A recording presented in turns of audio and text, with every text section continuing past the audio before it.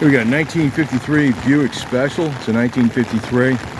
And you know, again, like you could see how much the cars have changed in just, you know, 2 or 3 years they would change. And you could tell an early 50s car from the mid 50s cars, from the late 50s cars very easily in general. But you can't tell the difference between hardly a 2010 something to a 2020 today, which tells you like they're not, you know, everything went stagnant. Basically living in a communist world, you know. So look at this emblem. You imagine them spending all that money on the emblem today? I mean, somebody would probably get a bonus for deleting that emblem and stuff, you know. Because they put more work into it, and the people who are actually doing the work got the money. Today they expect you to work for nothing, like if you're a creator on this platform, you know.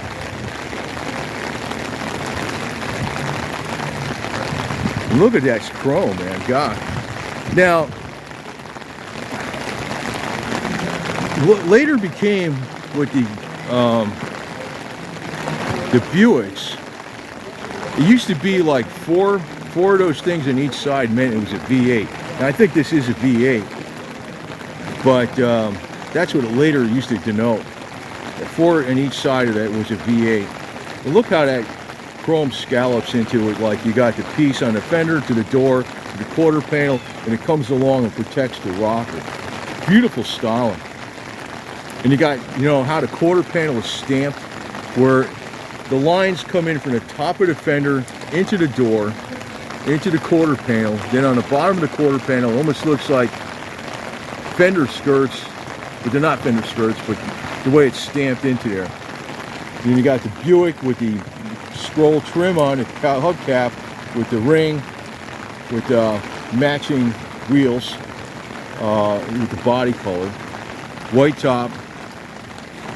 And I remember these, I don't know if that's, well, a lot of times the wipers were like that, then they started making them like where they all went one way and had a one wiper bigger than the other.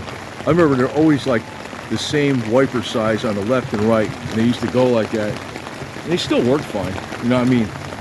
Not quite as good, because you had a little bit of a blind spot right in the middle, but it didn't really matter when you're driving because most of the windshield was still clear very well from the rain, you know, wiping the rain away.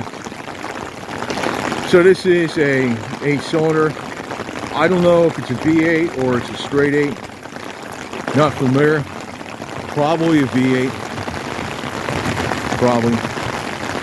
And these cars, they rode like really, really smooth. The interiors on them were just like, the cars in the 50s were exponential. Like the cars in the 40s, because of the war, you know, World War II, they couldn't really, you know, develop them as much. So a lot of the technology in the 40s was from the 30s. Then in the late 40s, it still didn't kick in much. But then the early 50s, that's when stuff really started kicking in. And you could take any early 50s car today and drive it cross country or use it on a daily basis. Bone stock. And it would still work just fine. You can go down a highway 75 miles an hour and all that. You'll ride nice. And in a road like you were in a living room. Very, very comfortable cars. You'd sit in the seat, you know. That's why I want to say this, because it's like it's like you'd sit in the seat. It just reminds me of old school things, like, you know, really, really solid. The families were solid, and, you know, the world was solid and everything else, you know. So today everything's sort of like, look at me, and, you know, I mean, yeah, it was like that a little bit back then too, but not as much, not as much. So, I mean, yeah, the Flash was picking up in the 50s, but